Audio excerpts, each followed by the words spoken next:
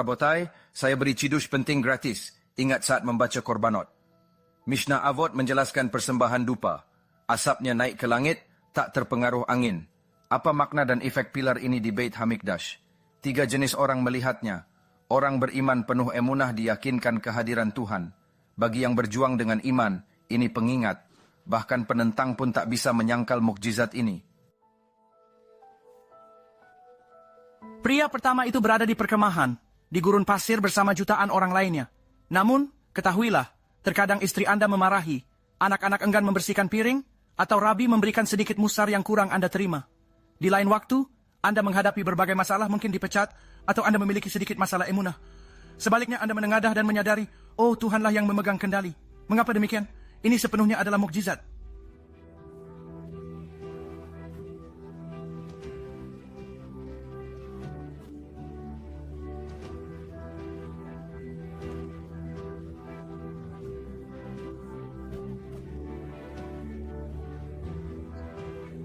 Jika Tuhan mampu mengatur agar angin tidak menyentuh asap di sini, dan asap itu dapat mencapai langit, sementara saya sendiri hampir tidak mampu menyalakan api untuk panggangan, maka saya yakin Tuhan dapat menemukan pekerjaan baru bagi saya. Saya yakin Tuhan dapat menyelesaikan perkara-perkara lain itu. Saya memohon maaf atas segala keraguan yang telah saya miliki. Itulah hal yang pertama. Adapun orang kedua, ketika ia menghadapi permasalahan emunah, keyakinan, ia tidak melihat ke atas. Ia hanya pergi begitu saja. Dia, salah satu yang dipenuhi amarah, berkata, persetan semua ini, lalu pergi begitu saja. Lari dari rumah bagai tikus. Setelah berlari lama, ia lelah. Ia menoleh ke belakang berpikir, seberapa jauh saya melangkah. Di pegunungan, ia melihat Am Yisrael di perkemahan di padang gurun. Jutaan dari mereka ada Tuhan. Dan ia melihat tiang asap. Luar biasa. Perlu Anda ketahui, Yudaisme bukan hanya tentang bangsa Yahudi. Yudaisme sesungguhnya adalah tentang Tuhan dan saya. Yudaisme tidak bergantung pada bangsa Yahudi. Yudaisme bergantung pada Anda dan Tuhan. Jika Anda melakukan kehendak Tuhan, apakah mereka melakukannya atau tidak, itu bukan masalah Anda. Tentu saja, telah dikatakan bahwa setiap orang bertanggung jawab satu sama lain. Namun pada intinya, jika mereka semua reshaim, mereka tidak ingin melakukan apapun. Mereka ingin mengenakan avodah zarah di kepala mereka. Mereka ingin mengemudi pada Syabat. Mereka ingin makan yang tidak kosher. Mereka ingin mencuri. Mereka ingin melakukan semua hal berbeda ini. Apakah Anda bertesyubah? Baik, tiang itu mukjizat katanya. Mukjizat, Tuhan kendalikan segalanya. Ia kembali ke perkemahan. Pertama, masalah emunah diberi cizuk. Kedua, nyaris tinggalkan derech, dikiruf kembali untuk tesyuvah. Ketiga, Goyim bertanya mengapa Tuhan memberi Am Yisrael begitu banyak mukjizat, Nobel, dan membuat negara kecil itu bergaung padahal mereka kesalahan statistik.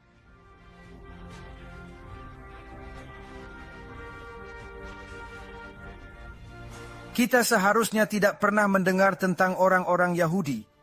Jumlah mereka hanya 15-20 juta dari 8 miliar penduduk dunia.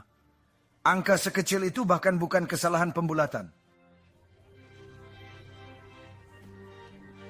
Maksudnya, jumlah 20 juta jiwa itu bahkan tidak ada di zaman tersebut. Anda seharusnya tidak pernah mendengar tentang orang Yahudi manapun. Ada banyak negara yang jauh lebih besar ukurannya daripada Israel. Anda belum pernah mendengar tentang mereka sebelumnya. Orang-orang Yahudi, setiap hari ada sesuatu yang baru. Setiap hari kami diberitakan. Setiap hari kami ada dalam laporan. Setiap hari kami meraih sesuatu. Setiap hari kami melakukan sesuatu yang diketahui oleh seseorang dan hal itu dilaporkan di berita. Bagaimana? Para Goyim selalu bertanya, mengapa mereka kaya? Mengapa mereka cerdas? Mengapa mereka begini? Mengapa? Mengapa mereka begitu percaya diri? Dan kemudian mereka melihat tiang asap dari Beit Hamikdash atau Mishkan melaksanakan kehendak Tuhan. Kita tidak menyembah berhala atau tokoh yang wafat berabad lalu, melainkan mengintrospeksi perbuatan kita.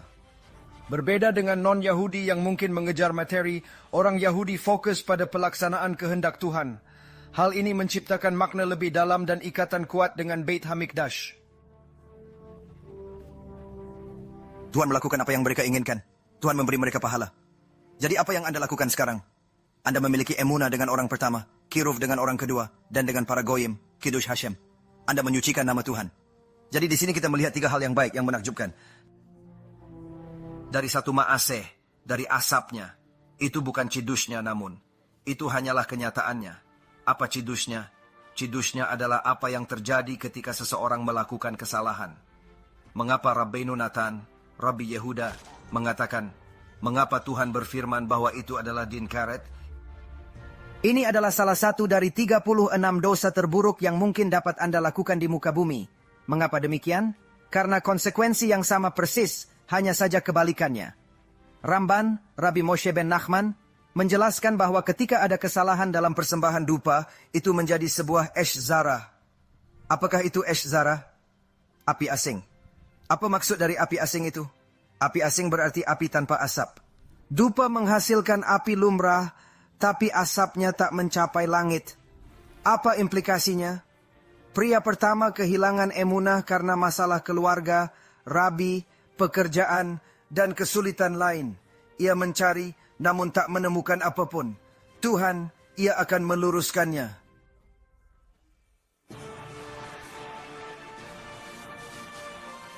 Kondisi pria kian parah. Ia beranjak pergi menuju pegunungan. Kesabaranku habis, tak sanggup lagi. Ini terlalu berat. Cukup.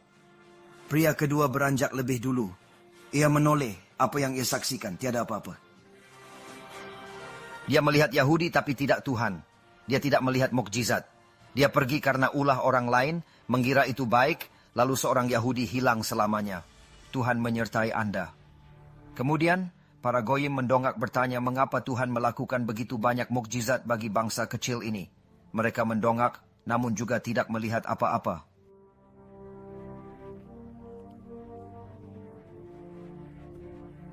Dan kini mereka berujar, barangkali Tuhan tengah keliru. Barangkali tiada Tuhan. Kini kita malah alih-alih melaksanakan cizuk bagi emunah, kiruf bagi para recokim, dan kiddush Hashem di hadapan para goyim, justru mencapai hal yang berkebalikan. Alih-alih cizuk, orang itu telah berpaling. Ia lenyap. Alih-alih kiruf, kita baru saja kehilangan seorang Yahudi. Apabila seseorang kehilangan seorang Yahudi, itu bagaikan ia telah menghancurkan seluruh alam. Rabbi Yehuda serius menyatakan kekeliruan persembahan dupa di hadapan Tuhan berujung hukuman mati tak terelakkan. Ini bukan sekadar ancaman, melainkan menekankan keseriusan pelanggaran perintah Tuhan. Mengapa kesalahan sekecil itu bisa berakibat drastis? Mengapa begitu? Anda telah menghilangkan seorang Yahudi. Anda telah melemahkan orang lain. Ada konsekuensi atas tindakan Anda.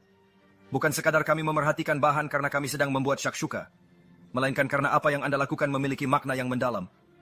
Orang-orang akan melihatnya. Masyarakat menyaksikan dan berharap Anda ciptakan Esh Zarah bukan kiddush Tuhan.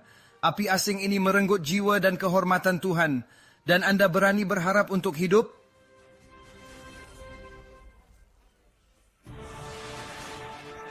Anda beruntung diberi kesempatan, namun perbuatan sebesar itu tiada tersyuva kecuali di tempat yang panas. Rabotai, Anda membacanya 3 kali sehari. Saat mendapat cidus yang terasa benar, periksalah ulang. Raf, saya terheran. Saya telah membacanya jutaan kali, tak pernah mendapat hal yang sama. Setiap orang punya cidus sendiri di Syamayim, puji Tuhan. Saya selalu safek, merasa tak pantas mendapat cidus, apalagi dulu saya jauh lebih rendah. Saya tanya Raf, sudah ada yang bilang? Raf tegas, tidak, itu cidus Anda. Sudah saya periksa. Saya selalu ragu. Tuhan rupanya menyukai cidus saya. Bagaimana saya mengetahuinya? Dia tidak berbicara langsung kepada saya bukan Moshe Rabbeinu. Namun dia berbicara dengan cara berbeda. Bagaimana caranya? Selama beberapa hari berikutnya. Saya ragu menyampaikan cidus ini di syiur. Meski sudah disetujui Raf saya dan selaras dengan Cacamim, Ramban, serta Mishnah tanpa bertentangan siapapun. Namun, siapa saya untuk memiliki cidus? Saya keluar belanja keperluan Syabat.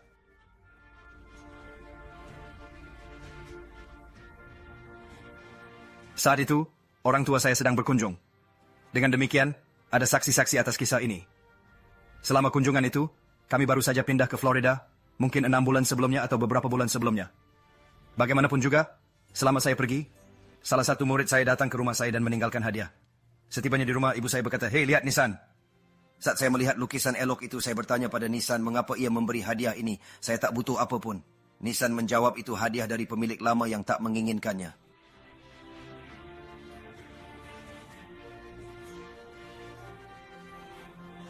Rupanya, barang itu milik seseorang yang telah wafat atau sudah tidak diinginkan lagi. Beliau telah menyimpannya di truk selama 6 atau 7 bulan, bahkan sebelum saya pindah ke Florida. Pada hari Jumat itu, beliau teringat akan saya, berpikir ibunda saya mungkin akan menyukainya. Beliau memutuskan untuk memberikannya, dan karena saya tidak ada di rumah, beliau menitipkannya pada istri serta ibunda saya. Saya berkata, baiklah, terima kasih banyak. Saya sangat menghargainya. Kemudian saya pergi melihat apa lukisan ini.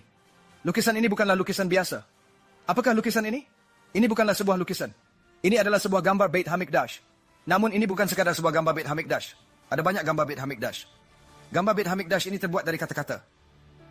Maksudnya seseorang menggambar garis-garisnya, namun sesungguhnya itu adalah kata-kata. Apakah kata-kata ini? Seluruh halakhot dari Rambam mengenai Beit Hamikdash. Baiklah, ini indah namun kita belum selesai. Apakah halakha spesifik ini? Ketoret, persembahan dupa, ketoret, gambar ini semuanya tentang ketoret. Dan Anda melihat bahwa segala sesuatu dalam bentuk kata-kata, kecuali ketoret adalah sebuah pilar emas. Datanglah melihatnya di rumah saya. Saya melihatnya. Setiap kali saya melihatnya, saya mengingatnya. Ini memberikan saya ilham dan kekuatan.